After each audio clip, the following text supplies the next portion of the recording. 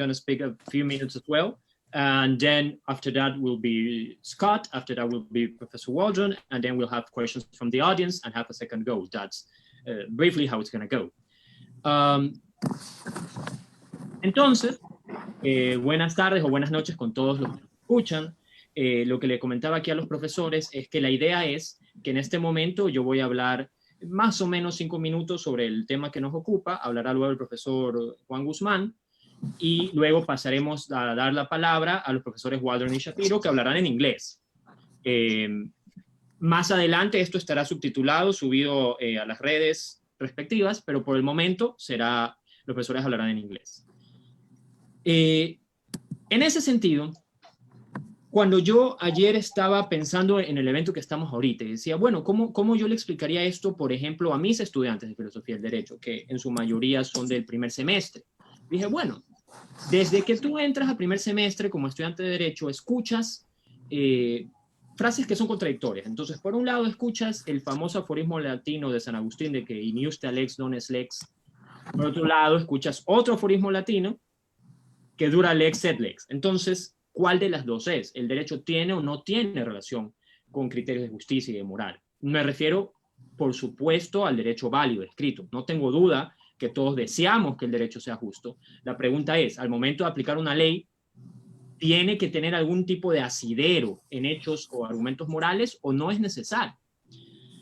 Durante mucho tiempo este debate estaba en la clásica clave iusnaturalismo e iuspositivismo, pero pienso que esto digamos, creo que no es polémico lo que digo, se ha cambiado y ya no es tanto esa la clave, sino que es una clave más similar al debate que presentamos hoy entre Hart y Dworkin. Es decir, el profesor Hart escribe, este debate que inicia en la década de los 60, el profesor Hart escribe una versión muy clara y quizás lo que se toma como la versión autoritativa de lo que es el iuspositivismo. Y luego de ello, tomando dentro de lo que él escribe, Hart, digamos que desarrolla las ideas de Kelsen y las ideas de Austin, con sus diferencias, digamos, por supuesto, pero va en esa tradición. Y tienes por otro lado que entonces en el 67, Ronald Dworkin inicia con un modelo de reglas, hacer críticas importantes de por qué el positivismo no puede explicar todo lo que sucede en el fenómeno social del derecho. Este debate se da, y estoy seguro que el profesor Shapiro va a profundizar en ese tema, se da en dos momentos de cierta forma. Entonces una primera crítica que hace Dworkin es que el derecho no son solo reglas, el derecho son también principios, y principios que no siempre están positivizados, y que la explicación positivista en criterio de Dworkin no entiende esto, o no lo incluye en su explicación al menos. Y luego tienes un segundo momento en el cual el profesor Dworkin, sin haber abandonado este criterio de los principios, le pone más peso o más énfasis a lo que él llama famosamente los desacuerdos teóricos. ¿Y qué quiere decir?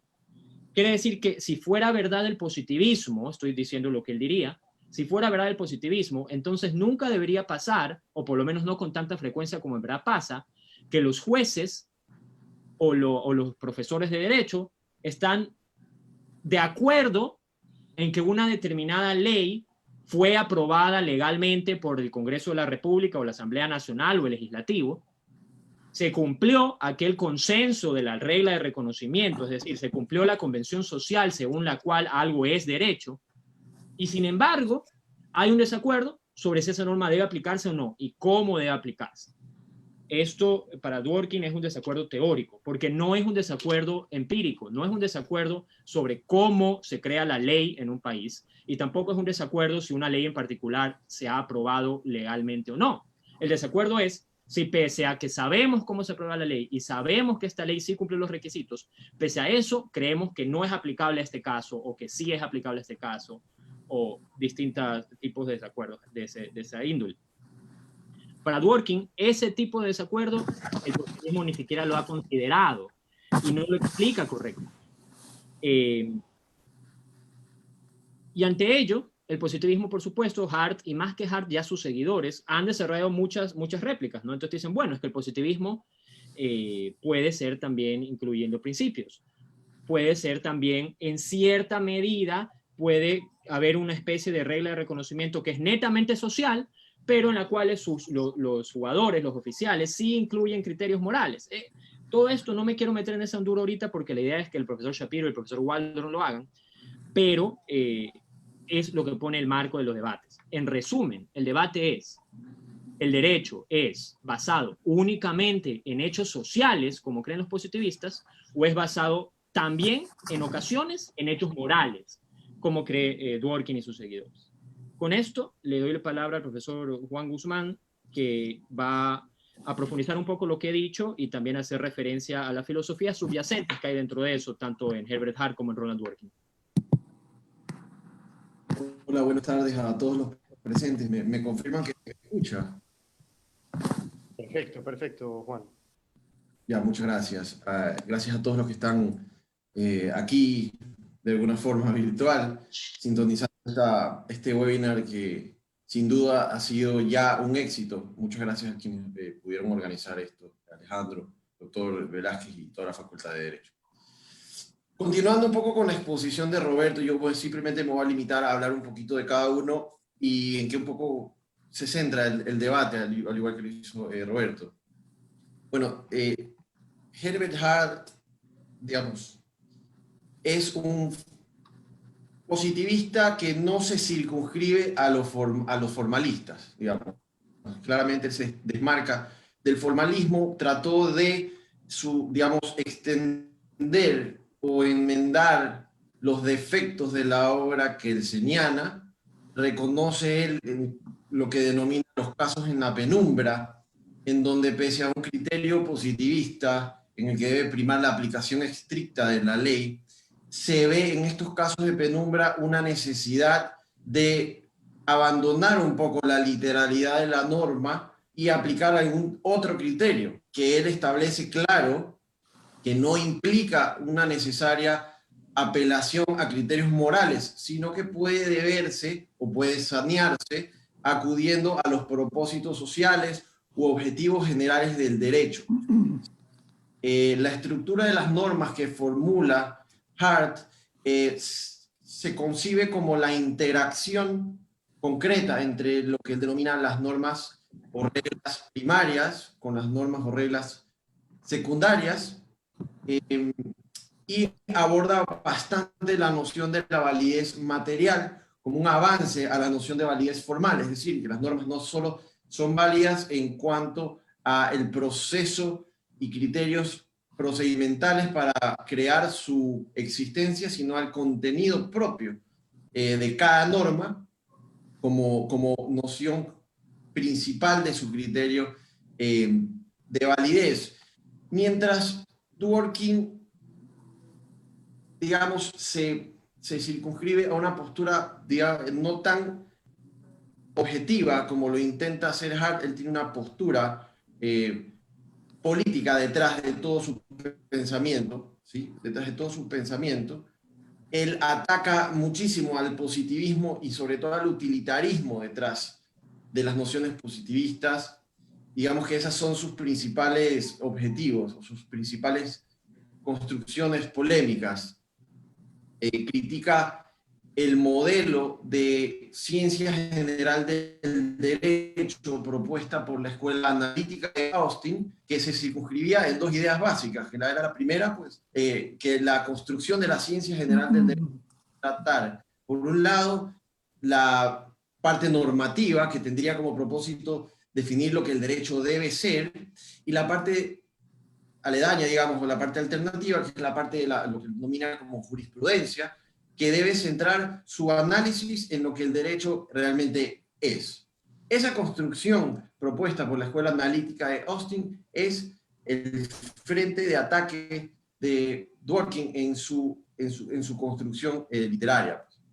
Sostiene que el ataque, digamos, sostiene su ataque al utilitarismo, criticándole el irrespeto a los derechos individuales, ya que el utilitarismo reposa en la noción de que los fines sociales o objetivos sociales son la principal razón de ser de cualquier construcción social, y esto permite a Dworkin oponerse basándose en una teoría que construye en torno a los derechos individuales fundamentada bastante en la obra de Rawls, de John Rawls. Él determina que los avances de Hart, por ejemplo, y se refiere estrictamente a la regla de reconocimiento de Hart o a la norma fundamental de Kelsen como metajurídica o a la norma de Austin como el mandato soberano. Todas estas construcciones existen para poder determinar cuándo una norma jurídica es realmente una norma jurídica y por qué se distingue de otro tipo de normas. Sin embargo, Dworkin sostiene que ese ejercicio de identificación propuesto por Hart, denomina el test de origen, es insuficiente para explicar el origen de las normas, porque ese test de origen no permitiría explicar o identificar las directrices o los principios si acudimos a la validez formal, digamos. Para ejemplificar Dworkin para ejemplificar su pensamiento, abre la puerta a lo que todos conocemos hoy como los casos difíciles, que son nada más y nada menos que una metodología para recrear las dificultades de las propuestas positivistas. Y un caso difícil, como lo propone Dworkin, es un caso que no ha sido previsto en una regla concreta. Es decir, es un caso, son un conjunto de hechos que no han sido previstos en una norma jurídica y por lo tanto deben ser resueltos. Y ahí donde se centra una de las principales críticas o puntos de colisión entre Dworkin y Hart, sosteniendo que frente a los casos difíciles deben aparecer los principios y las directrices a resolverlos. Y aparece también una crítica potente hacia Hart sobre la discreción judicial, ya que Hart habría propuesto que este problema podría resolverse con la discreción judicial. Sin embargo, Dworkin, en refutación a Hart, sostiene que frente a la inexistencia de una norma que prevea una situación fáctica, ningún juez tendrá discreción ni libertad para poder aplicar o encontrar una solución verídica o certera, digamos. Pese que hay autores que catalogan a Dworkin como un justnaturalista, debemos ser claros en que no lo es.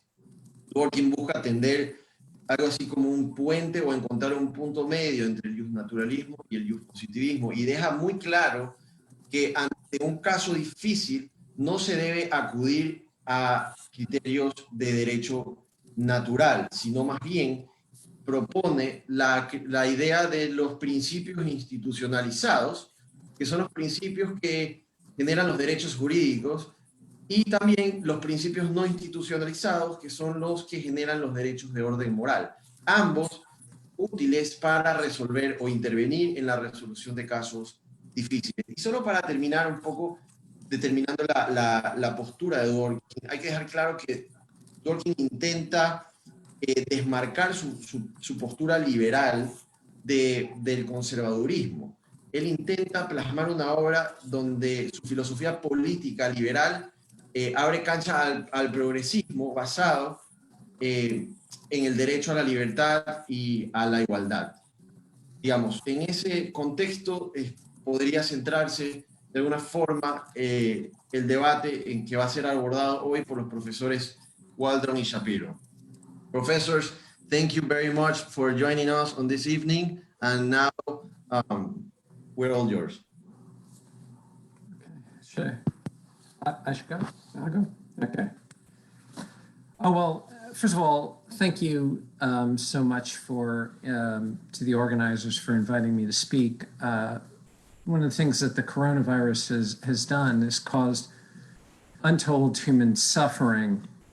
So many people have died and gotten sick, lost their jobs, but there's also been this enormous social cost that the virus has cut us off from one another, from our friends, from our families, from our colleagues. And the thing about academics is that we find connections through ideas, through talking about theories and conjectures and hypotheses, disagreeing with one another. And so the fact that we're able to do that today is a great, connects us, or at least connects me to you. Thank you so much. And also, this is a great it's a great opportunity to take a crisis and allow us to speak to people that we ordinarily wouldn't get to speak to. And so I'm really honored and privileged to be part of this. So thank you very much.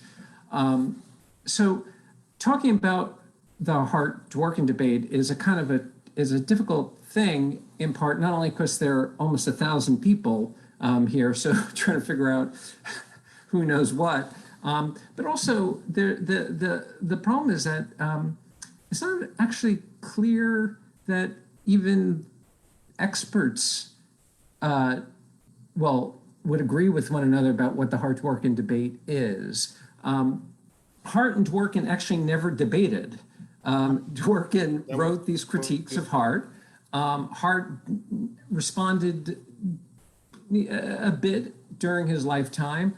It was really left to Hart's students to debate with Dworkin. And the debate evolved over time, and it involved lots of things. And so trying to distill the essence of the debate is a very difficult thing to do. I'm going to suggest what I think the real core disagreement is between Hart and Dworkin.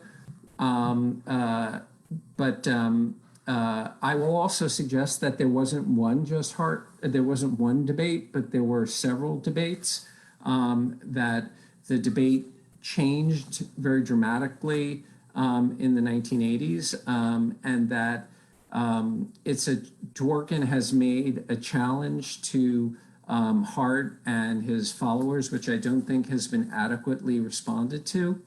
And so that's what I would like to discuss with you today.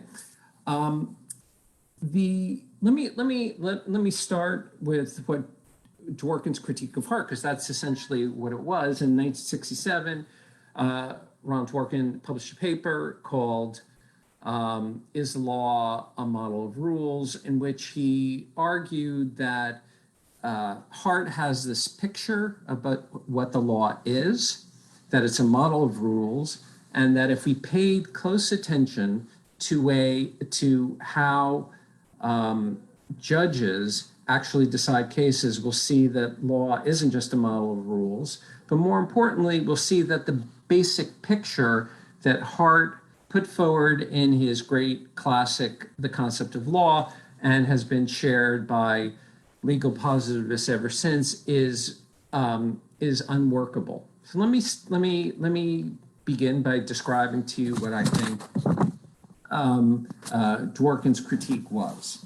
Okay, Dworkin sets out a picture of Hart's theory of law, which, kind of simplifying for the purposes of trying to get through all this in 30 minutes, basically has two parts. The first part is that what the law is for Hart is a set of rules which are picked out by what Hart called the rule of recognition, which is a social practice among legal officials to apply certain norms that have certain characteristics. And those characteristics Hart called the criteria of legal validity. So the rule of recognition is a social rule which picks out certain rules, and that counts as the law.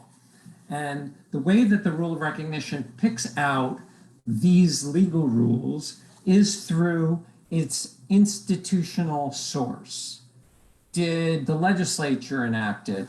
Was it decreed by the president? Did a court decide it? Did it have what has been known as an institutional pedigree? If a rule has the right pedigree, then the rule of recognition will validate it and it will become part of the law. The second aspect of Hart's theory, according to Dworkin, is that when the law runs out, when the legal rules are silent on a particular question in a particular case, judges exercise discretion, they look beyond the law, and they make new law. So the picture here is kind of simple when you just kind of boil it down. The law is a set of rules that answer lots of questions, and they're picked out by this rule of recognition based on the institutional pedigree of these rules. But when the rules run out, when you get a hard case, when you get a case where the law is silent, judges have no choice but to look beyond the law. And typically what they'll do is they'll look to morality. They'll decide the case based on what they think is morally appropriate. And though the decision won't have been mandated by law, it will become law by virtue of this new decision. Now, what Dworkin says is this kind of simple picture that Hart sets out is not true to the way that judges actually decide cases. It's not like what happens is that there are kind of two parts to judicial decision making. It's not like a case will come before a judge and a judge will say, oh, is there a legal rule that decides the case?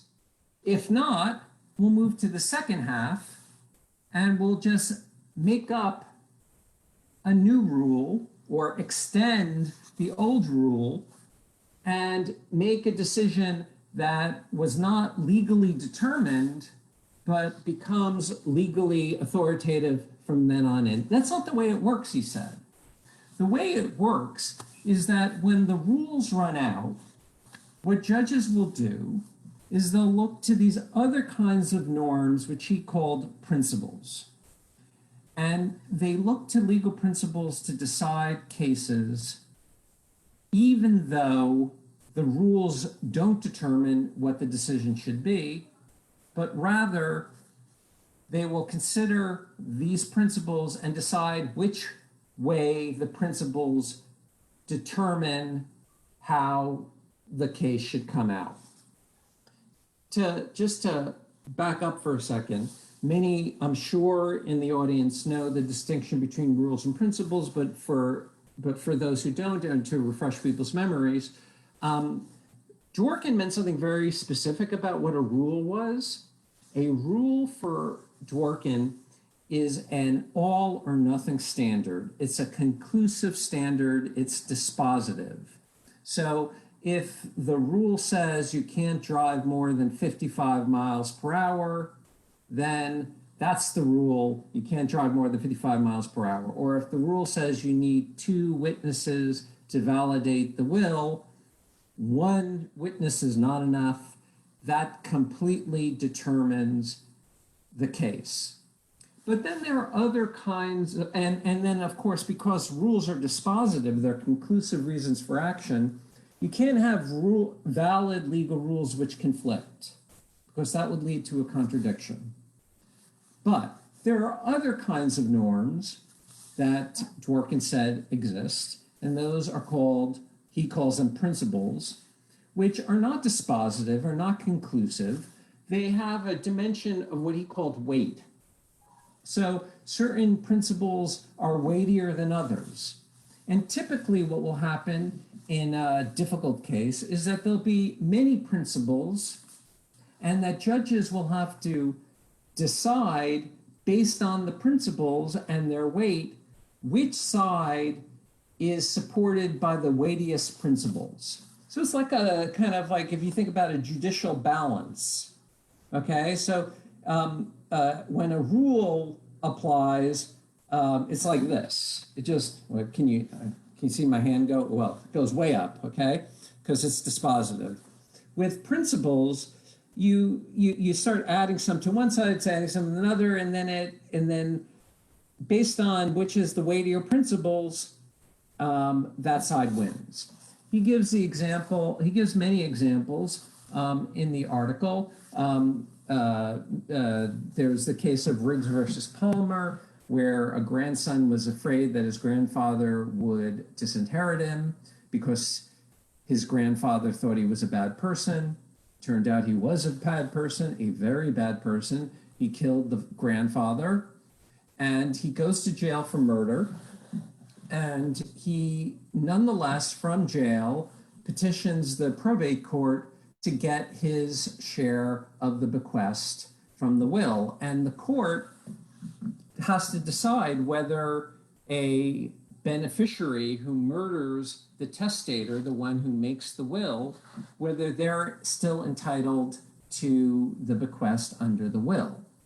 What the court says is that even though the statute in question, this was the New York Statute of Wills, even though the New York Statute of Wills doesn't say anything about murdering beneficiaries, it never addressed the question, the court nonetheless looked beyond the statute, looked to principles.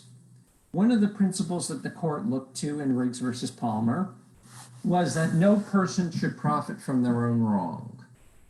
And the court said that this principle is so important in the law that even though the statute is silent on murdering beneficiaries, the principle that no person should profit from their own wrong determines that Palmer, the murderer, should not collect under the bequest.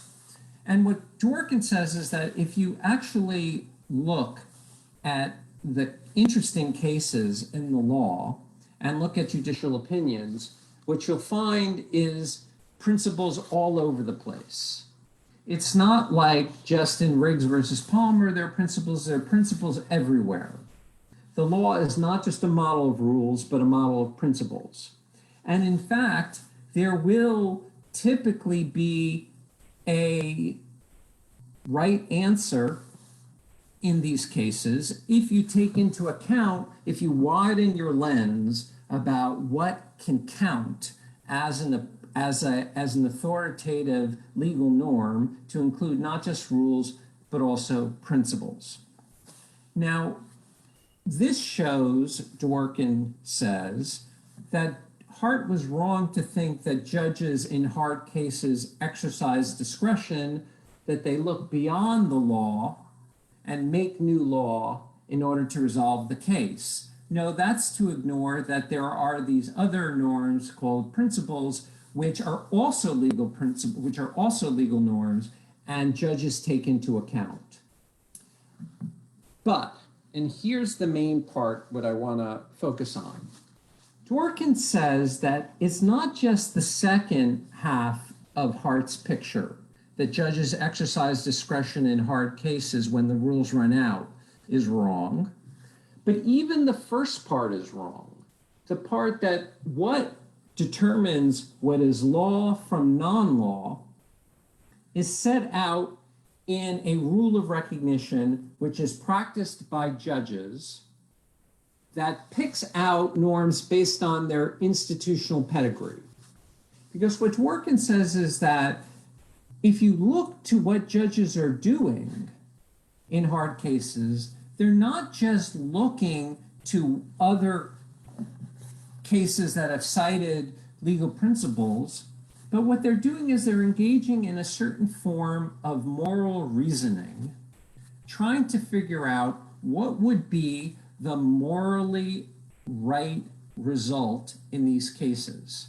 Now, of course, the fact that courts or legislatures have cited these principles in the past, that is important to determining whether a legal principle is a legal principle, but it is not sufficient.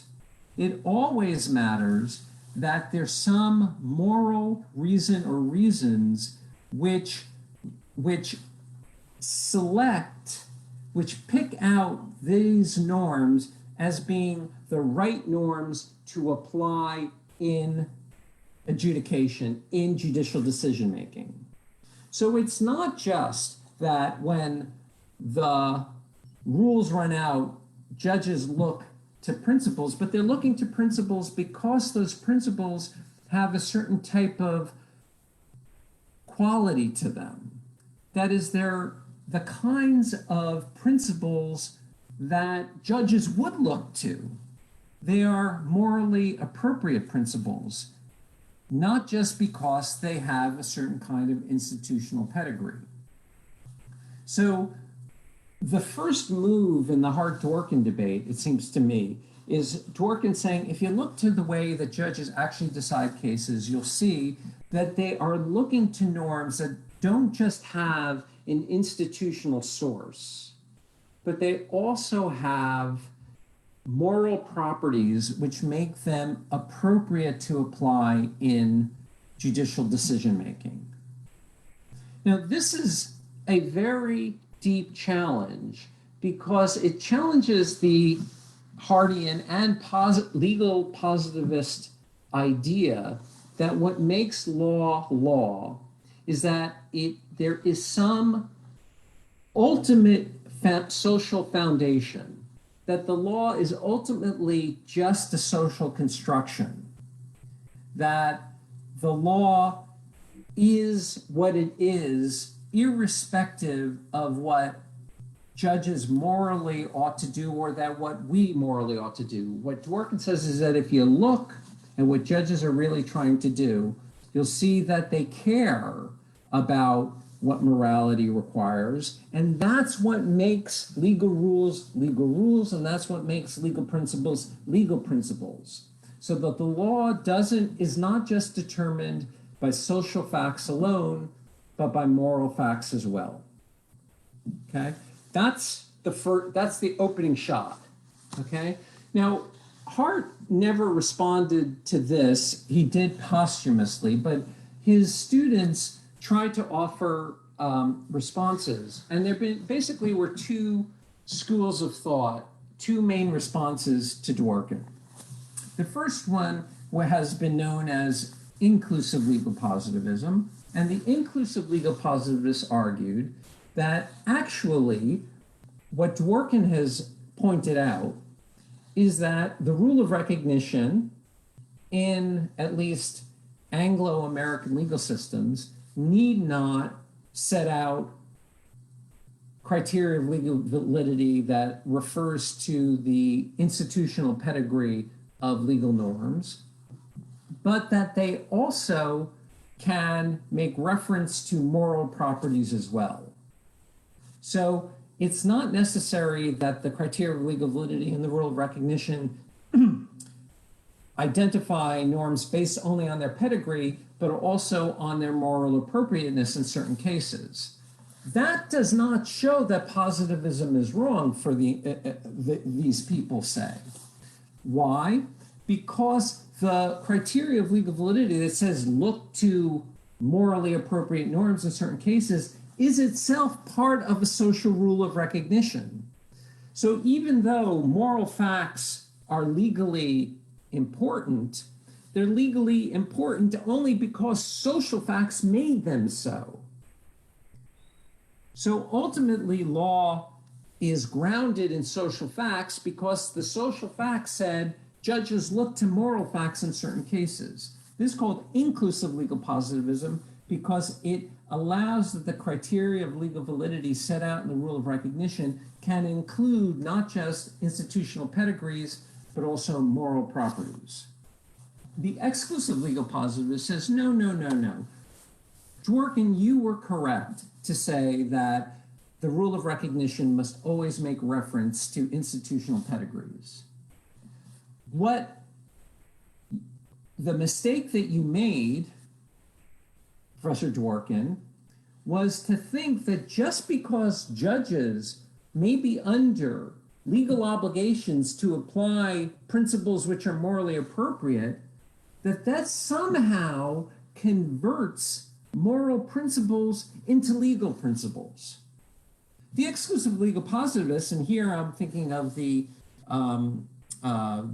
great legal philosopher Joseph Raz, what he pointed out is that lots of times judges are under legal obligations to apply norms that are outside the particular legal system, but that doesn't make them norms of the legal system. So he said, let's say an Ecuadorian judge in a contracts case has to apply a Peruvian a law, Peruvian contract law.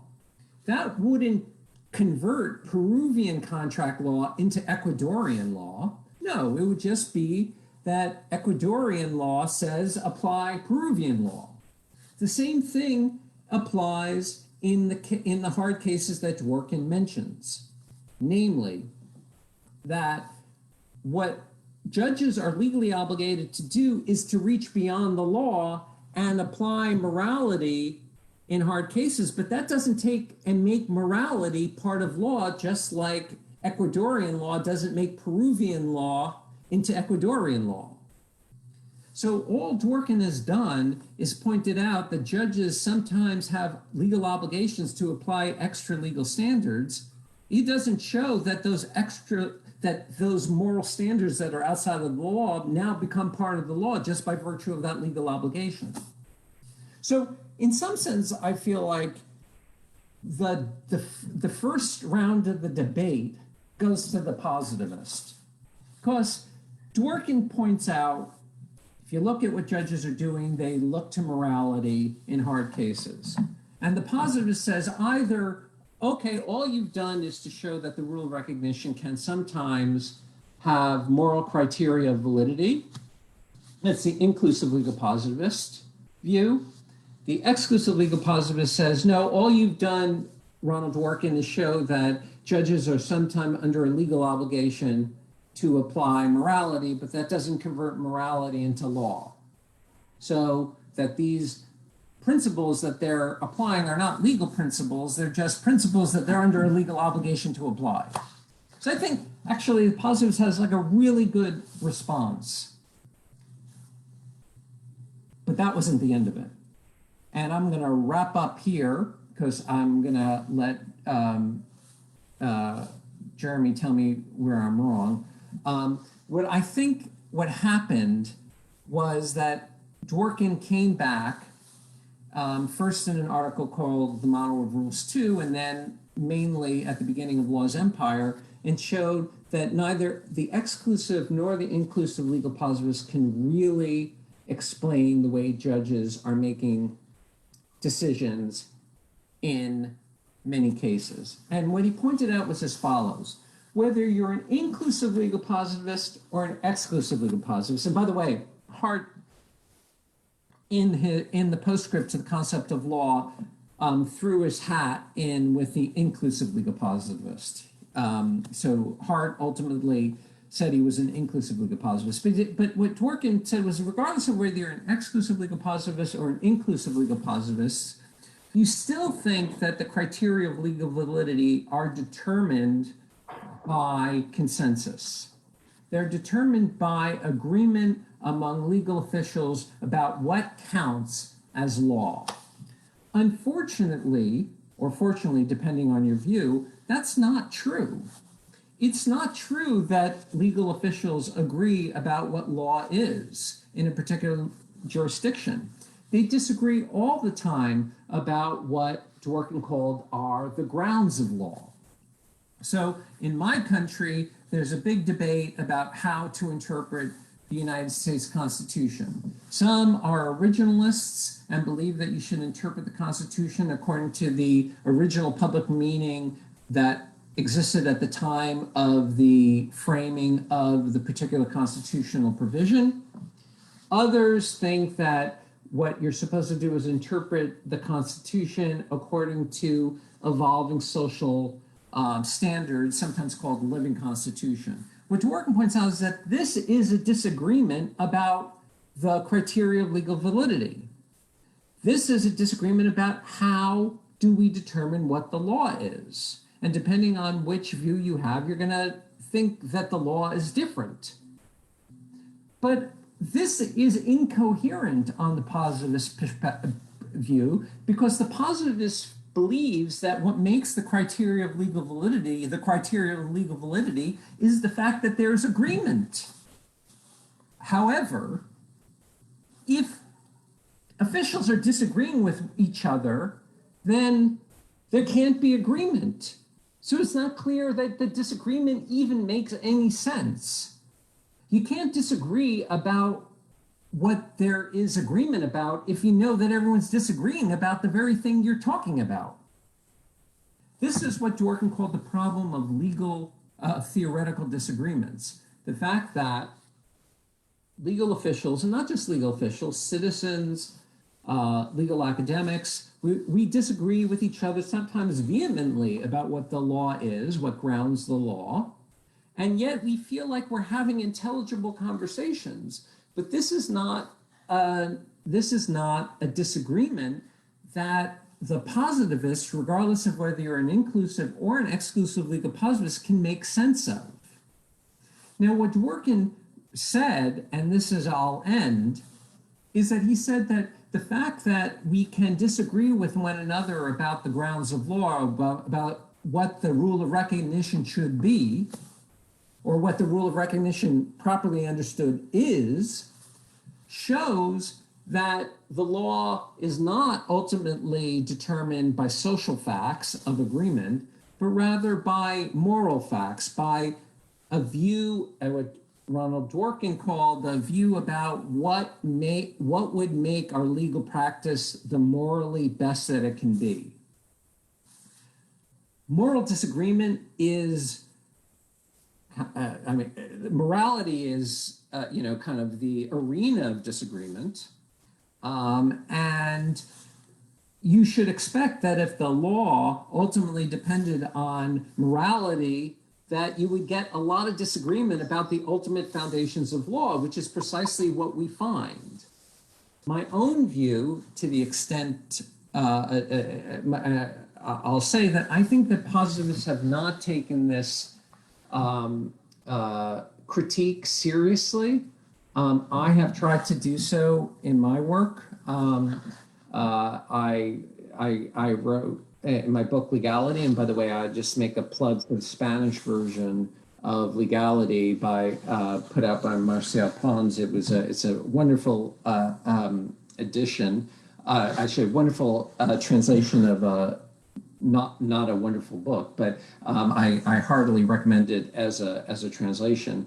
I tried to describe what I think the positivists should do in responding to this, I think, a very, very deep and challenging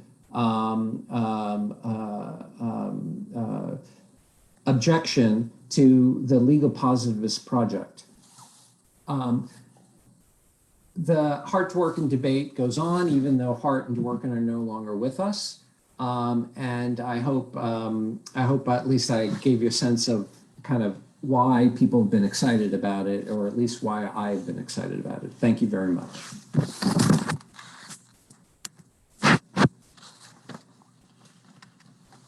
Thanks, Scott. So I would just like to ask Professor Waldron to, hear what he has to say about this, whether it be in relation to what Professor Shapiro said, or whether it be just, his own take on the debate or on the issues that revolve around this debate that, as we are seeing, is called a debate, but there's actually more than one thing being discussed.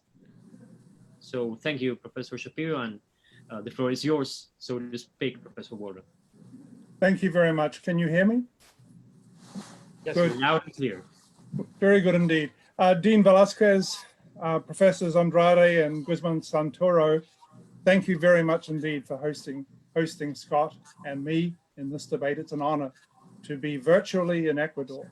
And I want to thank all the participants and the audience members for listening so patiently to us. And I hope not to try your patience for much more than 20 minutes or so in what follows. I much appreciate the account that Scott gave us in his presentation. And one thing I want to do is perhaps move the game ever so slightly in a different direction, and to ask a question whether, when we think about the issues themselves that Scott identified, the issue about principles, the issue about how judges make their decisions in hard cases, the issue about the role of moral thinking in the midst of adjudication, when we ask those questions, maybe we shouldn't necessarily think of it as a soccer game where one side tries to score a goal and the other side tries to block the goal, and and one side has a penalty and the other side can attempt to defend their position. The question isn't the scorecard, and we shouldn't be particularly worried about, has Dworkin said something that defeats the positivists? What we should be worried about on each side is, has either of these thinkers, H.L.A. Hart, Ronald Dworkin, has either of them added anything important to our understanding of jurisprudence? That's the crucial question. Whatever the scorecard and the debate may be. So, for example, in the case that Scott mentioned, the case of Riggs against Palmer, the boy who murdered his grandfather and sought to inherit under the grandfather's will, there is something striking and interesting about the decision, or part of the decision, of the majority in the New York Court of Appeals in that case. Their appeal to principles that they said are deeply embedded in the fabric of the law, principles that may be part of the very idea of law. There is something interesting about their appeal to that sort of norm to decide this sort of case. It's quite unlike, Scott pointed this out, it's quite unlike appealing to a simple rule. And as soon as Dworkin has pointed out this interesting fact, immediately there's an attempt by the positivists to say, well, we can accommodate this, don't worry. It wasn't as though anybody had thought it worth mentioning before. And so we might want to say, no matter what the scorecard is, no matter who scored a goal or who hasn't scored a goal, this is something that was worth pointing out, the role of principles in the law. And it was worth figuring out the implications that that would have for the way we think about the nature of adjudication.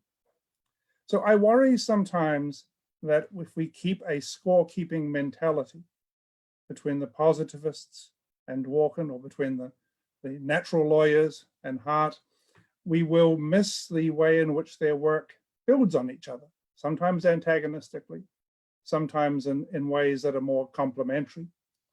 Hart was Dworkin's teacher. Hart was Dworkin's sponsor for the position in the chair of jurisprudence at Oxford.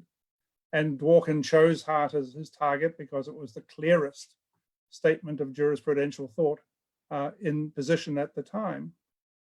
It's very important also that we not isolate some blood feud between Dworkin and Hart's followers from the rest of the world of jurisprudence, which is pursuing other ideas that surround these in different ways. I'll give you an example of that.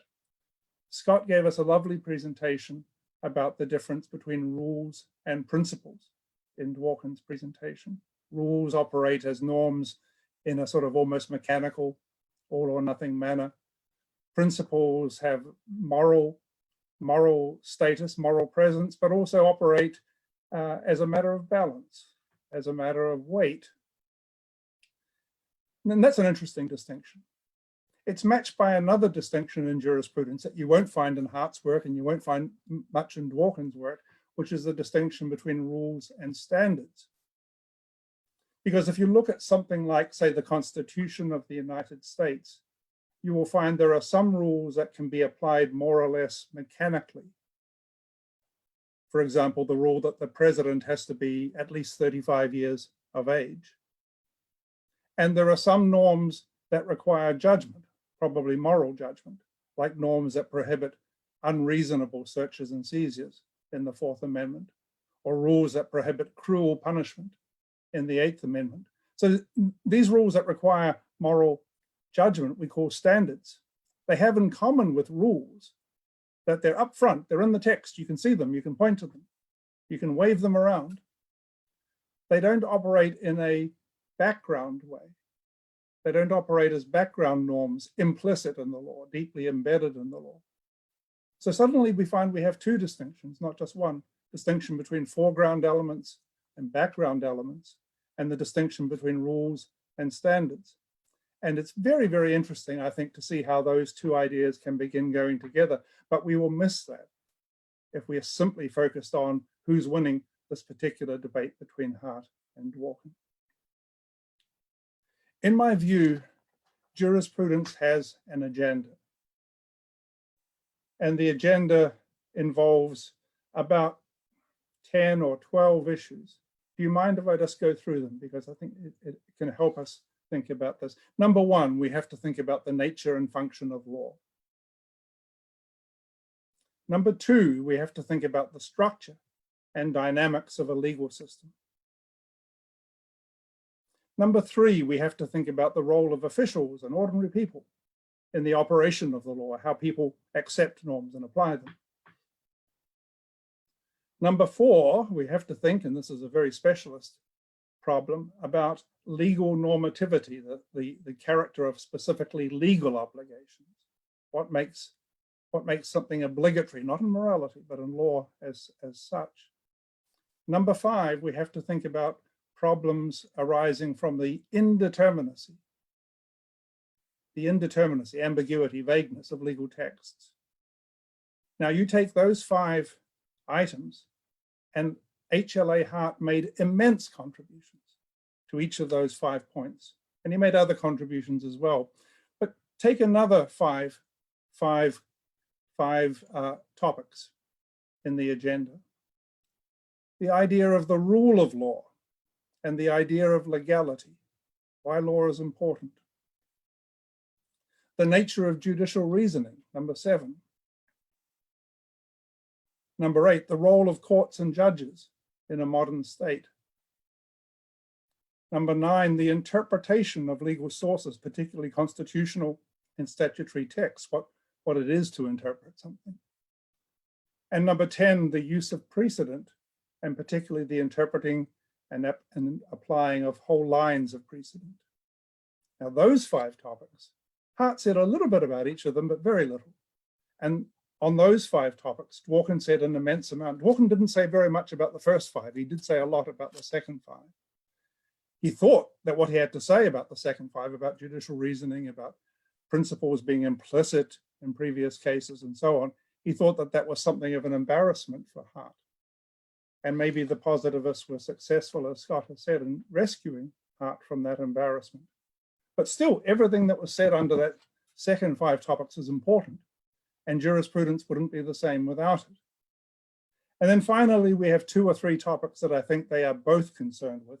Number 1, the role of moral judgment in legal reasoning. Number 2, the moral obligations that lawmaking and law finding generates, our obligation to obey the law, to apply it, for example, to support it. And finally, the problem of wicked legal systems. On that, Hart did have something to say, and Dworkin had something to say. So I just made up that list of 13 topics, but you can see there is a sort of an agenda for jurisprudence. And although it's fun to see who's winning this soccer game between Hart and Dworkin, sometimes it's worth just treating them as complementary contributors. One has contributed mostly at one end of that agenda, the other has contributed mostly at the other end of the agenda. Hart says a lot about judicial reasoning. Dworkin says a lot about judicial reasoning. Hart says relatively little. Hart says a lot about the structure and dynamics of a legal system. Dworkin says relatively little. And what we most want to know is not who's winning, but what's going on in a legal system. And we need, as it were, work done from both ends. And when we have a contribution made in an article in 1967 or a postscript in 1994, it's sometimes important to see what contribution was being made to our understanding of law, to see what contribution is being made to our understanding of law, rather than how it affects the scorecard between Hart and Dworkin in this debate. Neither of the thinkers did a whole lot in what we might call special jurisprudence.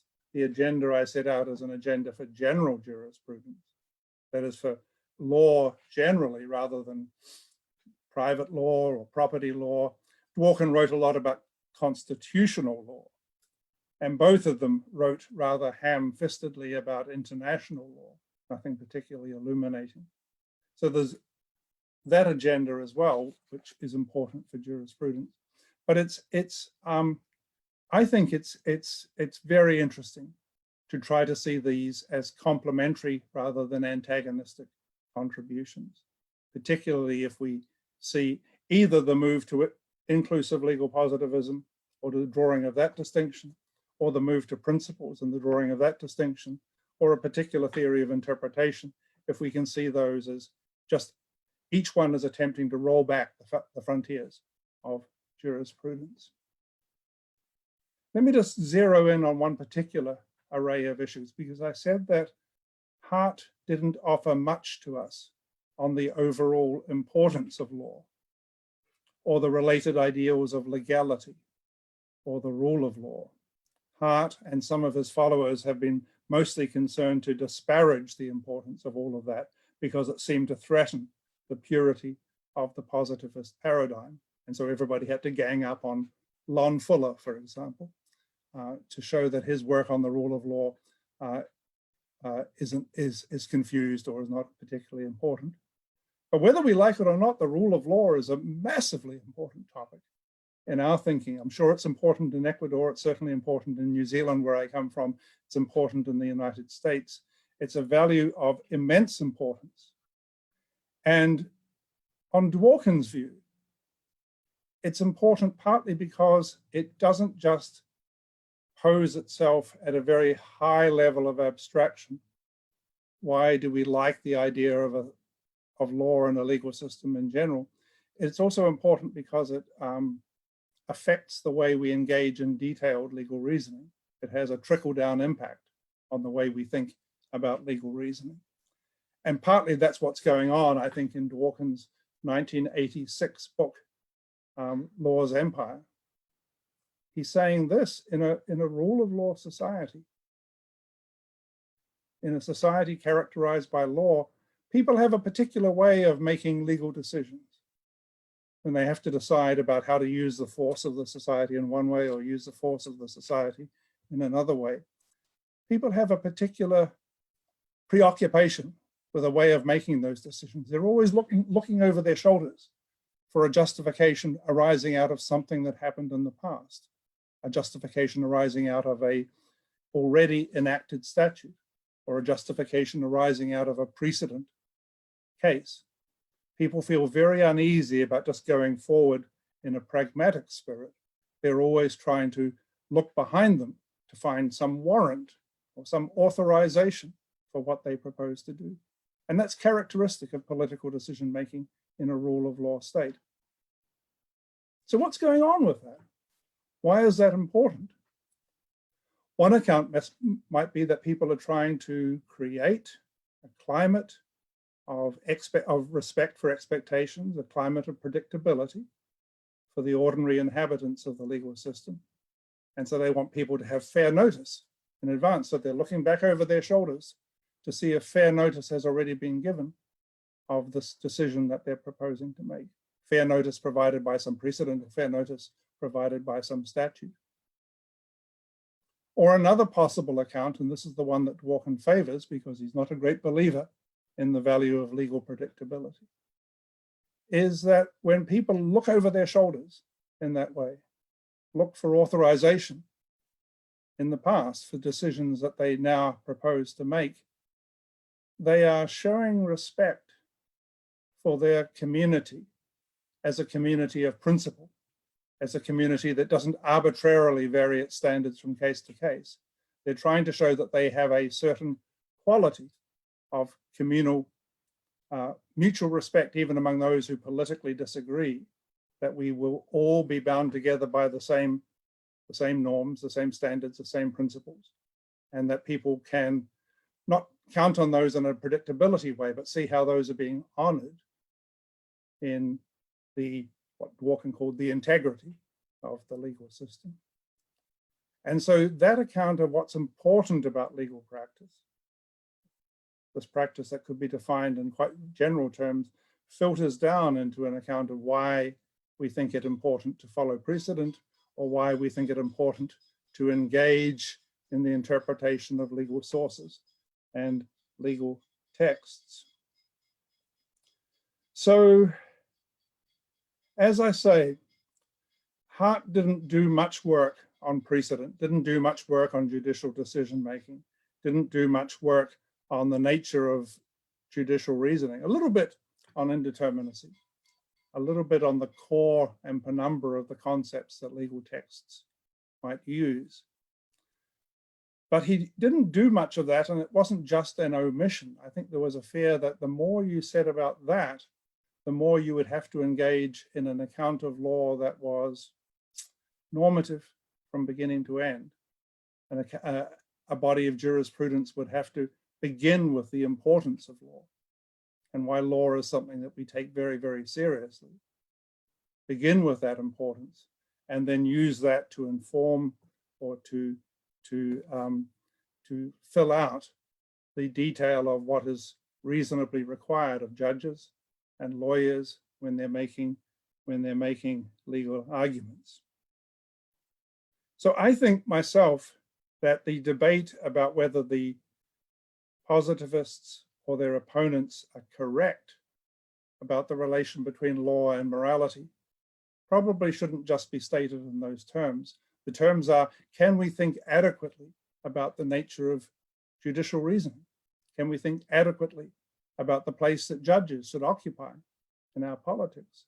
Can we think adequately about the respect that we show for precedent or coherence in the legal system without paying attention to some values that are associated with law operating in the first place? At the end of the postscript, which was published in the second edition of Hart's book in, Scott, help me out, 1994, was that right? Yeah. At the end of the postscript, there's a very interesting section. I think it's section 5 of the book, where on pages 272 to 276, where Hart really for the first time engaged with this issue, with the issue about how judges should decide difficult cases where the terms of the legal materials are unclear or vague or indeterminate, or cases where some legal source doesn't seem to address the issue straight on. And Hart had to deal with a certain sort of phenomenology that Dworkin took seriously. Dworkin's work in many ways was attempting to do jurisprudence from the inside, not jurisprudence as a good sociologist might engage in it, but jurisprudence from the inside, taking seriously what it was to be a judge. And judges, when they are deciding hard, difficult cases that have massive implications for the society and certainly for the welfare of the parties concerned, judges seem to proceed in the spirit that there must be a right answer to be found here, if only I can find what it is.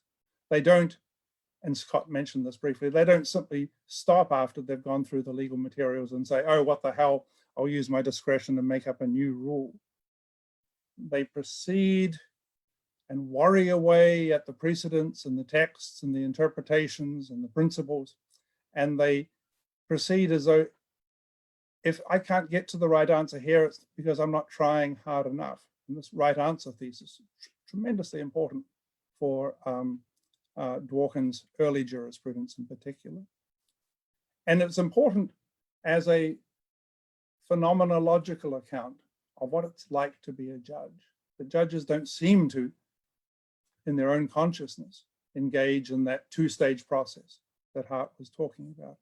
A judge, when he is sending a person to a lengthy jail sentence or overturning a statute in constitutional law, the judge doesn't say, well, this is the best I can come up with. I could have gone the other way, but this is the way that I'm going to go. They don't say that. They say, I've tried my hardest to get at what the right answer, and it seems to me to be this. And even when Hart and his followers would want to say that the judge is really exercising discretion, he can't help noticing, and Hart can't help acknowledging, that the judge is using analogies and that the judge is using appeal to deeper principles that can be found in the law. The judge is looking all over the law and integrating what he's doing at that stage with the earlier discussion of texts and their interpretations. So what you find there, I think, is an immensely valuable engagement by Hart with the phenomenological premises of Dworkin's jurisprudence. Dworkin's telling us what's it like to be a judge? Or what could we say about what it's like to be a judge, which flatters the position of the judge and flatters the consciousness that they engage in? Hart is saying, yeah, but there's no postponing the moment when finally the judge has to decide, and that always involves some sort of leap to engage their own values. Dworkin's not denying that their own values are engaged, but they've been engaged all the way through. They've been engaged in the way that they deal with such legal sources as they do have in front of them. They've been engaged in the rules that they apply and the principles that they are invoking. But there's never a separation between the moment of law and the moment of morality. The two are embedded together all the way through. Now, I don't know whether we should regard that as a refutation of Hart or simply something that it's worth drawing attention to. That we need to have a jurisprudence that at least takes seriously that phenomenology. Maybe it's a jurisprudence that has to criticize it as false consciousness, as some of the American legal realists tried to do in the 1920s and the 1930s. That would be one way of dealing with it. The other way is to see what we are assuming about law when we credit this consciousness as honorable and as respectful of the integrity of the society. Roberto, can I just have 3 more minutes to make one last set of points? Sure. Go ahead. Yes, Scott presented in much of his account the front end of the Hart-Dworkin account, the discussion about principles, the particular controversy about Riggs against Palmer, and the Dworkinian theory of interpretation. Shortly before he died, Dworkin published this book, which is, can you all see it? Justice for Hedgehogs. And in that book, he made what he himself said was a new contribution or an attempted contribution to jurisprudence. Not only should we take seriously the fact that law is an enterprise which is morally important, and that moral importance affects the way we reason in the law. Not only that, all that was true, but he wanted to suggest that maybe law itself is a branch of moral reasoning, and that legal reasoning, legal argument is a branch of moral argument. It's a particular kind of moral argument, a particular branch of moral argument, but it's morality all the way down. And in law, it doesn't mean that every legal decision is good or right. Every legal decision that the law requires doesn't mean that that's good or right. But it's a little bit like the way in which morality has to deal with promises that have been made in the world. Promises that have been made in the world, some of which we're glad were made, and some of which we think were very unfortunate and perhaps shouldn't have been made. But now morality has to deal with the fact that they were made. And similarly with law, there is a certain moral value in a society governing itself. And when it governs itself in a particular way, not only is that enterprise valuable, but we're trying to indicate that this itself, political philosophy, is a branch of moral philosophy. And we have to come to terms with bad laws and good laws in a way that morality commands us, not in the way that a separate body of reasoning, law, commands us to do. So it's not just a matter of setting up bridges between law and morality, or showing a contribution that morality makes to legal reasoning. All of that permeated the whole 40 or 50 years of this so-called debate between Hart and Dworkin. But now we have this further suggestion that law is actually a branch of morality, and that we need to understand the moral reasoning that courts engage in, and the way in which courts grapple, even with bad statutes, bad precedents, and bad constitutions, as a moral way in which we deal with the circumstances of our governance. Now, number one, I don't know whether that will prove to be an enduring contribution. But it seems to me Dworkin is absolutely right to explore it and absolutely right to see it if it can be pursued coherently. And the last thing I need to know is whether that is what that means for the positivism, non-positivism debate. It's a contribution. It's opening up a vista of argument. It's opening up an honorable basis for complex engagement in jurisprudence. And that, I think, above all, is what we should care about in the philosophy of law. So I'm sorry to be trying to push away the question that was supposed to frame our discussion this afternoon. Debates are interesting. They can be invigorating, they're great fun. Friendships can be broken, feelings can be hurt, people can be accusing each other of keeping score wrongly. But the most important thing is that we do good legal philosophy. And good legal philosophy doesn't mean just defending named positions at all costs, but illuminating the character of law and illuminating the character of judicial role and legal decision making. Thank you very much indeed.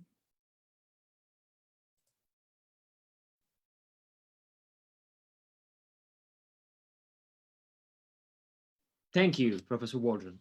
So at this point, I think we'd like to make a few questions for you. And more than, it's hard to gather all the questions from the public. So I'm going to try to ask a few things that I see, there's some themes in what the people are asking, the people who are participating in this conference. So I'm going to ask a few of them. I'm going to bound them together, and do not feel, under no obligation to answer them all, just to get a general idea of what people would have you, are interested in hearing you, both you and Professor Shapiro talk about. So the first one, and this was actually from me, and it's, so what you've told us, Professor Waldron, is that maybe we should have an attitude of more than keeping, score of who's winning or who lost, or however we want to say it. Instead of being competitive, see what each of these, each of these philosophers and their, the schools of thought that they belong to, what they've brought for us to understand law better. And this reminds me somewhat of Professor Shapiro's article on his guide to the hard-working debate. And he ends citing what I believe to be a common question, which is, well, is the hard-working debate still as relevant as it was in the 80s? And should it still guide our curriculum when we're teaching jurisprudence? And should we still focus on it as much as we do? So I'd like to hear both of you, both Professor Shapiro and Professor Waldron's take on this. Is it still worthwhile to examine this debate, framing it as a debate? Or maybe we are beyond that by this point, I don't know. I believe that, I'm not sure, maybe Alejandro and Juan can confirm whether they want to ask some questions now and we will do all together, or whether we'll go back and forth. I think maybe it could be better if we bound them together because of the time. It might be easier, but I'm not sure about that.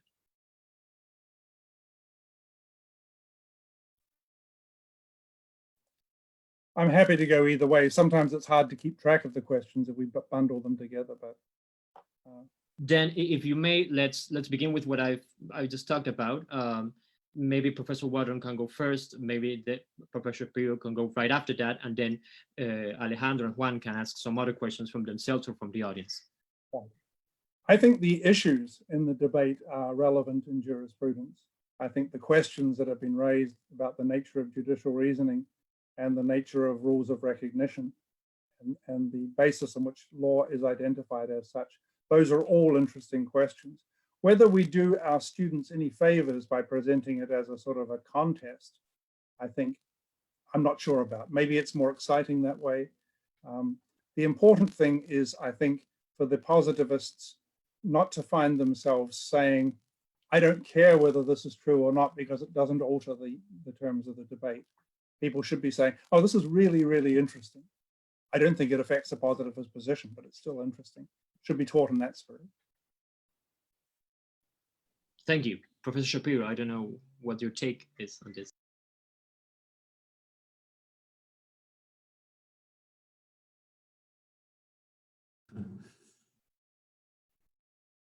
Professor, you're... Okay, thank you. I'm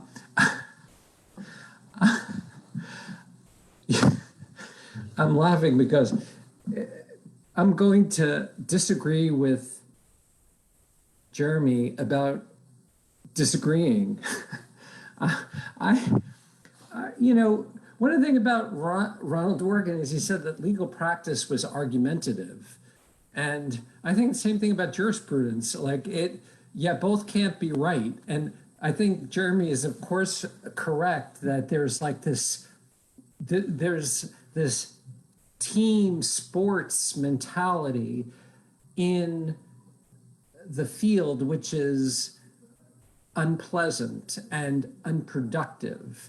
And I feel like for many, jurisprudence has become like a heritage industry, you know, like my teacher said this, therefore I have to defend it. And, you know, and that, are you really a positivist because you accept this view? I mean, I think that this is a very bad way of proceeding.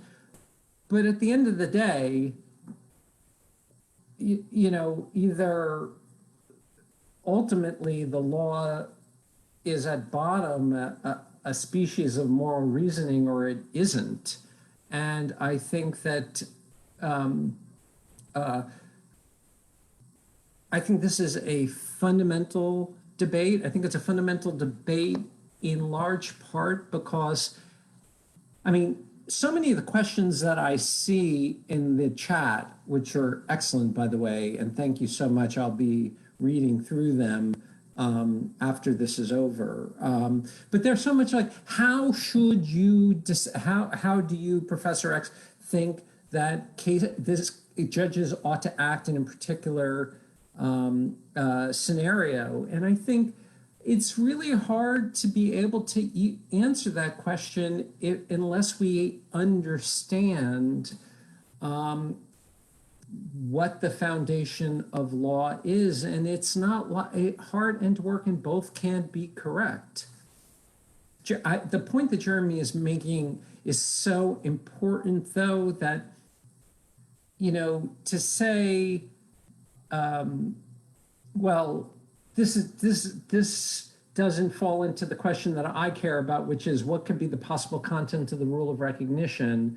So therefore, this is not something I should care about. I think we do our students, I think we do the field an enormous disservice. I think Jeremy is 100% right that the questions about the rule of law, the questions about the position of a judge, especially in a constitutional democracy, is really quite fundamental, and questions that are not at the forefront of the Hart-Dworkin debate. But the Hart-Dworkin debate about the foundations of law is really quite fundamental, and you know, I think we should get our dander up. I think I should get our blood pump, our heart pumping, and let's not lose any friendships over it. But you know, let's have a good debate and duke it out.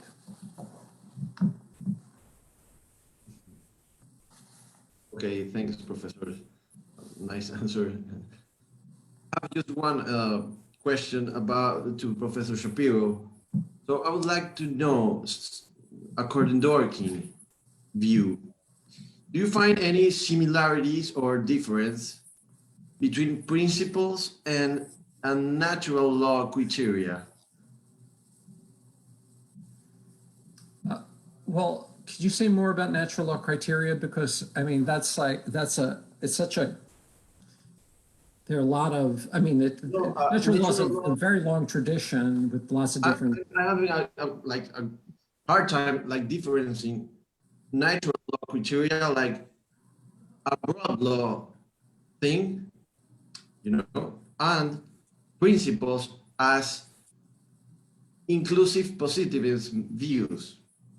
So I'm trying to difference or make a difference between those criteria? You know what I'm going to do? I'm going to throw this over to Jeremy, because Jeremy has written really trenchant work on principles, and I think he would be. I hope you don't mind, Jeremy, if I throw it over to you. It's interesting because sometimes the principles that are appealed to in judicial reasoning seem to be relatively pure cases of moral principles. And so a good objective moralist, maybe a good natural lawyer, would come up with these quite apart from the detailed history of the particular legal system. In other cases, the Dworkinian principles are undoubtedly artifacts, moralized artifacts, but artifacts of a particular legal system. They have grown up embedded in a certain tradition. They have been informed by, shaped by the way that they have been developed in particular cases. They are legal principles. They have a moral flavor to them. And they have the, if you like, the semantic structure of standards. They call for moral judgment in their application. But you wouldn't find them in a body of natural law necessarily. They are moralized legal artifacts rather than just moral principles as such. Now, Scott is right that I've thought a little bit about this. Scott, you'll remember there used to be a man called Ken Kress writing in jurisprudence, and he and Larry Alexander held a view very firmly back in the 1990s that the notion of legal principles as opposed to moral principles was a contradiction in terms, and that therefore the position I've set out was wrong. But I think certainly as far as Dworkin is concerned, you've got to have a legal mentality. You've got to have a lawyer's mentality in order to discern and extrapolate these principles from lines of argument. No one should profit from his own wrong. It sounds like a natural law principle, but it probably developed originally in insurance law, or probably developed originally in equity. I've heard it used in family law, where people say a father kidnaps a child during a custody dispute and goes and lives in New Zealand for 5 years and then is extradited back to the United States. And he says, well, now if you separate me from my daughter, you will be breaking a bond that was forged in all those years in New Zealand. And the court will say nobody is allowed to profit from his own wrongdoing. And that taking the little girl to New Zealand to forge that bond, that was wrongdoing. So the principle that we're using seems to have legal reality to it, notwithstanding that Scott is absolutely right. The Dworkinian position was that it had a moral flavor. Okay, thank you. Yeah, so may I just say one thing, just because just to follow? I think that I think that's absolutely right. The question would be, how do we deal with the very large body, let's say, of slavery law? So the Romans, of course, I'm actually virtually every legal tradition has understood that humans can own other humans or have certain kinds of claims on them, and that this way of organizing society was kind of reached its tentacles in every area, contracts, torts, it's horrific to think about, but in the United States and in the South before the Civil War and the early part of the 19th century, there were very detailed rules about warranties on slaves, about what you could assume when one person sold a slave to another, what warranties attached to it. And there were legal principles that were associated with warranties that hooked up with other areas of law that revolved around slavery. And therefore the question becomes, should we think of these as moralized principles, or should we think of them as some kind of ideology that we ought not to glorify with the label, moral, but rather what we would, in a neutral and in slightly pejorative sense, call ideological. That's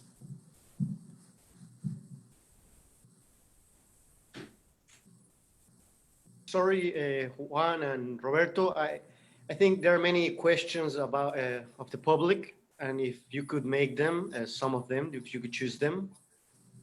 Sure. I just want to make one last question to Professor Waldron, referring to the subject you was referring to about the judicial precedent. According to William Blackstone, common law comes from natural law. And according to inclusive positivism, principles are part of the law when it refers to them. So what is the current legal nature of the judicial precedent?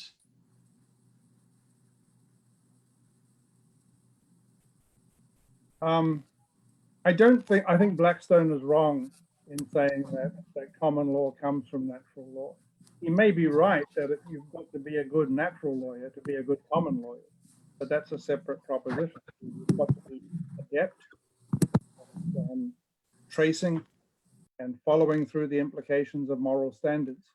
But you've also got to be adept at weaving that in to the history of the case law that's lying behind you. You have to be able to look over your shoulders to be able to find whether the principles that you are using to decide a case in common law have the appropriate history to them, the appropriate pedigree. In a way, a better proposition might be that the jus gentium, the law of nations, now not meaning international law, but law that has been received as a sort of common law among nations, is a little bit like natural law. Although the case that Scott mentioned about slavery is very interesting in that regard. A natural lawyer would tell you that it's always been known that slavery was contrary to natural law, and certainly in the natural law tradition, but it wasn't always accepted that it was contrary to jus gentium, the law of nations. And that's because legal systems had to come to terms with it, and that had to develop the precedents and the jurisprudence and the principles to make it work as a system of property. But I think the most important thing, Juan, that I would say in response to your question, is that precedents come bearing not just the characteristics of their own decisions, but the significance, whatever it is, of their having been embedded in the system of decision making. So the precedent may be 1 year old or 100 years old. It may be part of a line of precedents or a freestanding precedent. We take it seriously because of the role that it plays in this business of trying to keep faith with what our community has been doing already in this area. And it's that notion of keeping faith, of honoring our previous decisions. And I think that is quite different from anything that natural law counsels or countenances. I think it's a specific, if it's a moral value, it's a moral value specifically associated with legal system, rather than a moral value that could be understood simply as part of the demands of reason generally. Okay, thank you, Professor. Now, Roberto is going to ask some question now. Thank you. Yes, thanks. So I'm looking through the questions. Like, there's actually a lot of them.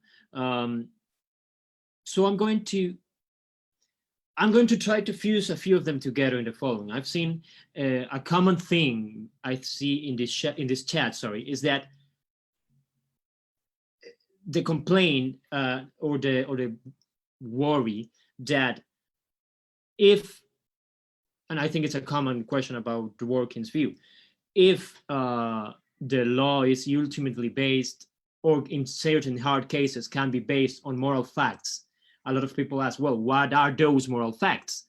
And as a second and similar question, isn't that to a point, isn't that making it so that we have less rule of law instead of more rule of law, in the sense that we have less certainty about how cases are going to be decided, that if this were not the case?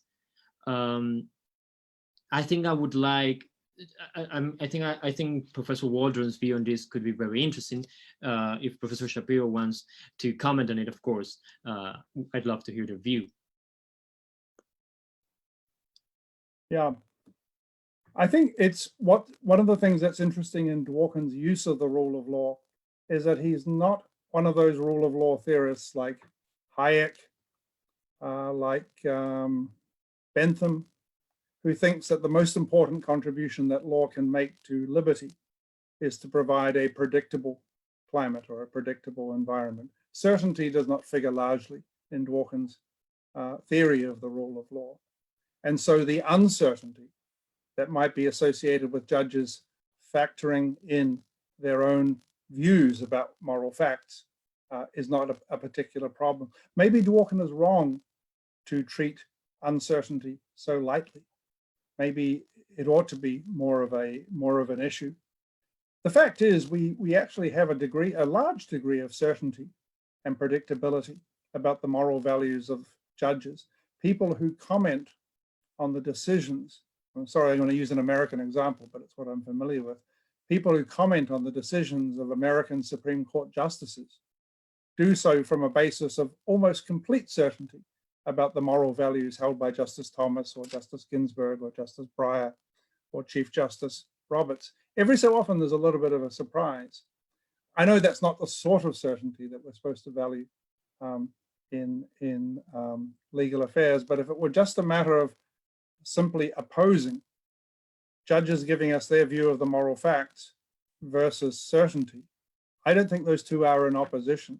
The interesting question is whether what we're supposed to be doing in making legal decisions, in honoring the heritage of legal decision making, can be done without taking moral facts into account, and can be done without the discipline that moral facts impose on us in trying to argue our way through these issues. Thanks. Thank you. I want to make a question to Scott, if may I? Sorry, Roberto.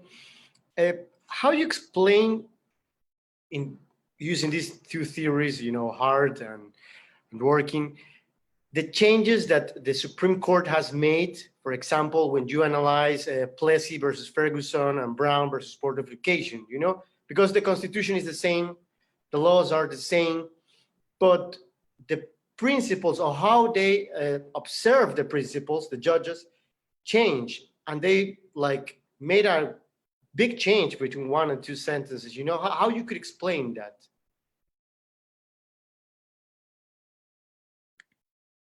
Well, I would say, in a way, I'm not sure that legal philosophers need to explain this. It seems like historians explain it. That is that, that when was Plessy versus Ferguson, 1893?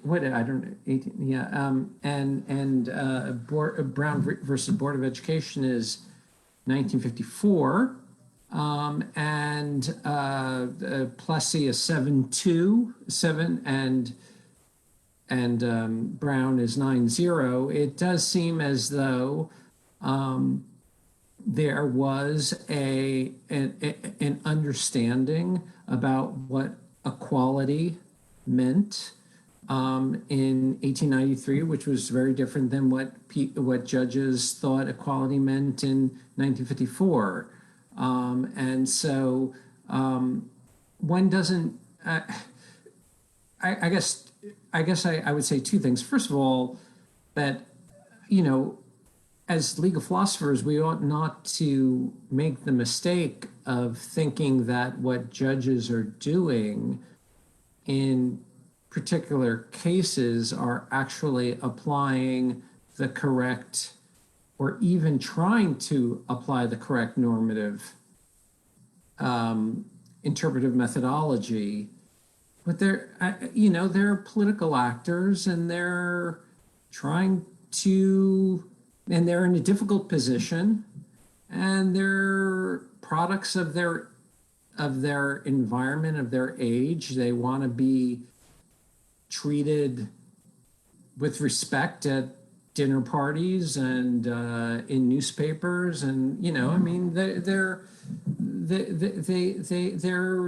they're embodied human beings who live a life, and they're rarely gonna stick out their necks in complete opposition to the way that their peers and the society feels that will allow them to do. So I think that's one thing. And the second thing is that the in the United States, the 14th Amendment of the United States Constitution guarantees equal protection. Like I said before, I think if you were a white man, you could think that separate was equal. I mean, it's hard for us to imagine, but I could imagine white men at the end of the 19th century believing that. It was very hard, though, in 1954 to believe that. And so you might describe that as a case of moral progress. And so my first answer was a bit cynical. Second answer was a bit more optimistic. You can take your pick.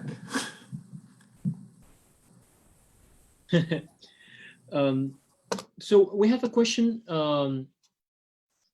It's a question that I see repeated within the chat. So I'm gonna phrase it the way that my former student Christina phrases it. So if Dworkin says that Hart is incorrect in saying that when faced with a hard case, well, it's not true that the law runs out and then he sort of has discretion to do as he pleases, if I'm being, roughly saying what he says. Okay, so Dworkin says that is wrong, that Hart is wrong in saying that. Well, then how does Dworkin propose that said hard cases be solved? That is, so we're not solving it with a clear rule, that's why it's a hard case in the first place. Then how is it being solved?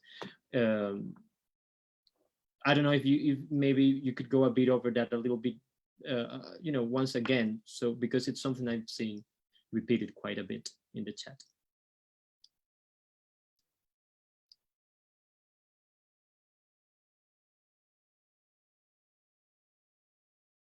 Scott, do you want to answer that, or shall I go ahead?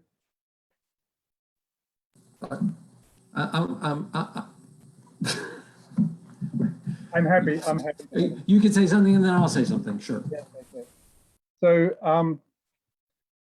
So one thought is to look at what judges actually do, and they keep worrying away at the legal materials and casting the net wider and wider to look for more and more distant analogies, to try to discern principles and values that operate elsewhere in the law and bring them to bear in this particular case. Or they wrestle with the interpretive problem to try to see how it plays out. So those are the legal techniques that judges do, and patently they do that long after any person looking for predictability would have gone home and thrown up their hands in despair. Judges think they have to remain faithful to the law as a whole. And the law as a whole is a marvelous thing. It's these hundreds of thousands of cases and these provisions and doctrines that have emerged over time.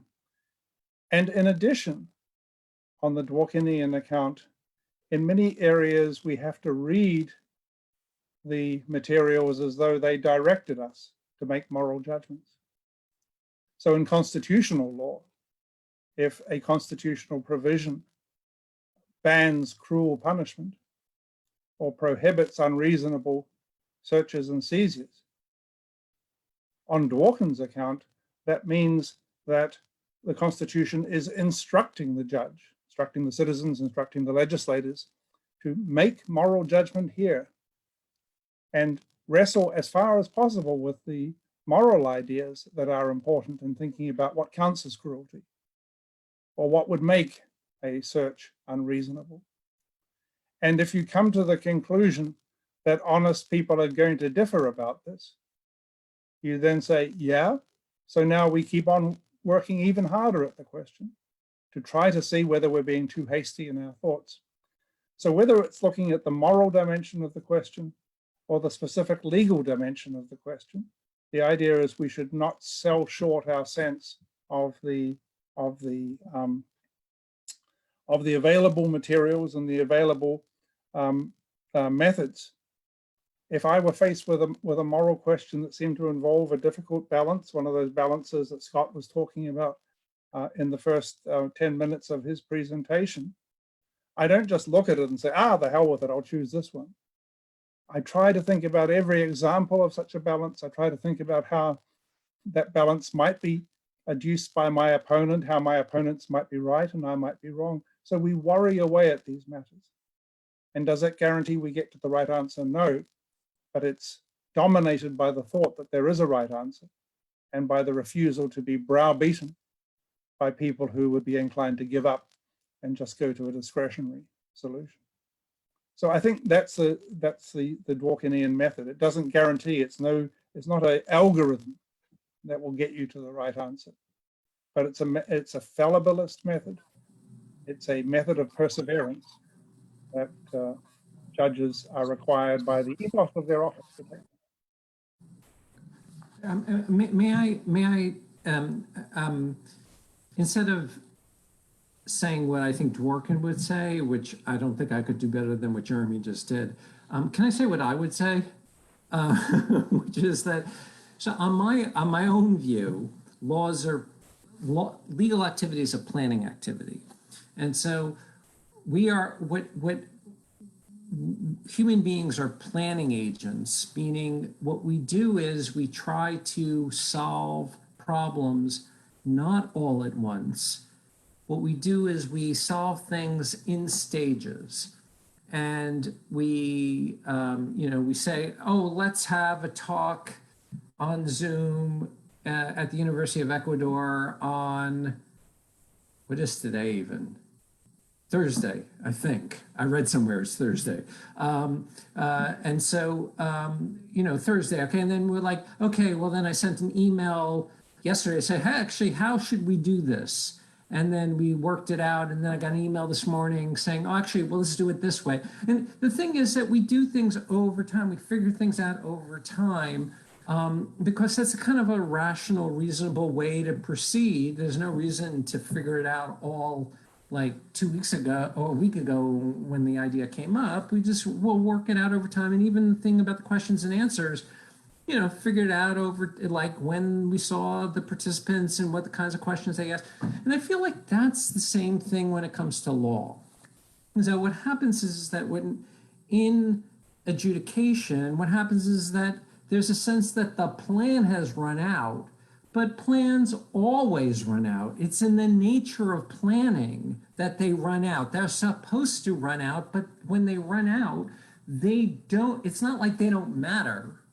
They are designed to be extended. And so that's why you don't get this thing that Jeremy had mentioned, is that they throw up their hands and say, oh, okay, well, now we got to do whatever we want. It's as if when we decided how should we do questions and answers, we just threw up our hands and said, forget the kind of event that we planned. What do you think the best thing to do would be? I mean, we wouldn't do that. We'd try to figure out what event did we work on and what would make the event the best that it can be given the kind of thing that it is.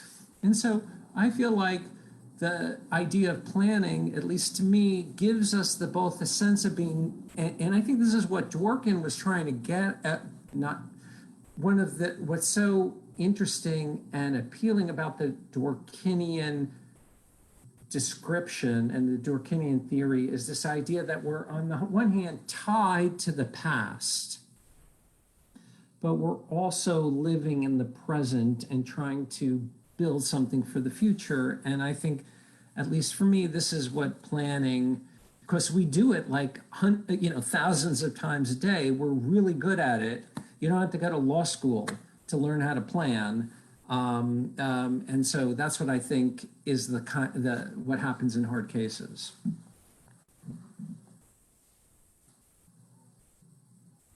Thank you. I have, on my behalf, just one last question. It's about the type of morality in relationship to our legal systems. It will be, we're talking about morality, it will be an ontological view of morality, like an objective moral value systems, or it will be an epistemological type of morality, like in regarding to the subject historical moment on a given society moral. That would be my last question. Thank you. Scott, do you want to go first? I guess I wouldn't want to make the distinction between ontological and epistemological. I think I would want to make the distinction between abstract and contextualized. So it seems like if you're an objectivist about morality, you think that there are certain things that are objectively true across cultures, across historical times. Suffering is bad. Voluntary obligations are necessary for human flourishing. The life of the mind is, essential to the fulfillment of human nature. There are lots of things that you can say abstractly, and which will hold across all contexts. But what's interesting about human beings is that we don't live purely abstractly. We live in a time. We live connected to communities. We live connected to social practices that give our life meaning. And therefore, we should really expect that what is morally appropriate in one society may not be appropriate in another, because their ways of life are different.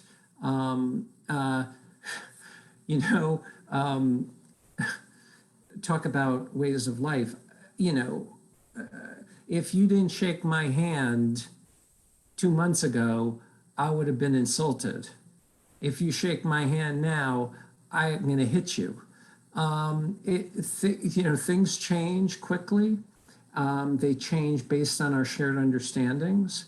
And so many things that look like disagreements may not be disagreements. They may be just different self-understandings and cultural meanings.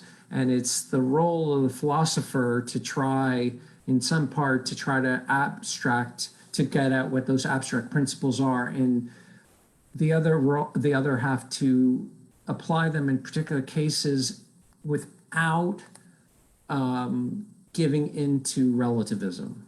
And that's what makes moral philosophy so difficult, is to recognize contextuality without giving into relativism. Juan, can I just add a few words to that? Because I think everything that Scott just said is right. I just add 2 points. One is the judge has to remember that she is deciding things not for herself, but in the name of the whole community. So she has to temper or moderate her own moral judgments with some sense of what it is to be fair to the morality of the community, because it's the community's name she is speaking in. That, in the first instance, is why she's bound to certain texts and why she's bound to certain cases. But it also affects the way that she mobilizes her own values, which is impossible to avoid, but it has to be done with a degree of humility. and with an awareness of disagreement. And then the second point, which is really just another way of saying what Scott said, there is moral progress. People can arrive at better and better views. Sometimes the medium of that process is that people see questions in a different light in a different context. And then the next time they go back to a more abstract context, they go back with a slightly different sense of the underlying moral principles. So it mattered that Brown against the Board of Education was a case about education rather than railroad cars. But armed with the moral progress that was made from 1893 through to 1954, if we were to go back to the railroad cars example, we would decide it in a different way. So context makes a difference. But also the most important thing, and this takes us back to jurisprudence, we're not just talking about moral progress in the abstract, we're talking about moral progress which is played out in the legal arena and played out in the fabric. If you know about fabric design and weaving, you'd say in the warp and the woof of legal materials. And that's a very, very interesting context for moral progress to be made. And moral progress does take place. We hope it takes place. We hope when we come up with a new principle, we're advancing moral values. But the fact is we're doing so in the context of legal principles, in the context of texts and precedents. And that's bound to leave a particular flavor in the moral analysis that a judge is involved in. So I would say we have to take those two things into consideration. Thank you both. Well, that's all for me. I think we are reaching to the end line on this webinar. I want to thank you, Professor Jeremy Waldron and Professor Scott Shapiro, and everyone that has participated in this organization. And I'm giving the word to Professor Alejandro Vanegas to make some announcements. Thank you a lot again. Thanks, Professor Waldron, Professor Shapiro, Dean Velasquez, Professor Andrade, Professor Guzman. I hope everyone is pleased and happy. It's an honor to have you with us, and we are truly excited, well, and happy, and hoping you can visit us soon, you know, and we with us soon in our university. It will be amazing that. Soon, I want to tell also to the spectators, we're going to have Professor Mark Tushnet and Professor Octavio Ferros in a couple of weeks. So I'm announcing that, and I hope all of you take care. Thanks. Thank you to all of you. Thank you. Thank you to all. It's been a great, very elucidating evening. Yeah. Scott, thank you very much. It was an honor doing business with you. Thank you, Jeremy. I've always been your student, and I am once again. Okay. Gentlemen, Dean, thank you very much indeed. Thank you. Thank you very much. Thank Professor Waldron and Shapiro and everybody to hear us today. And please follow the University of Espiritu Santo for the future events. Thanks and good night. Good night. Good night. Good night.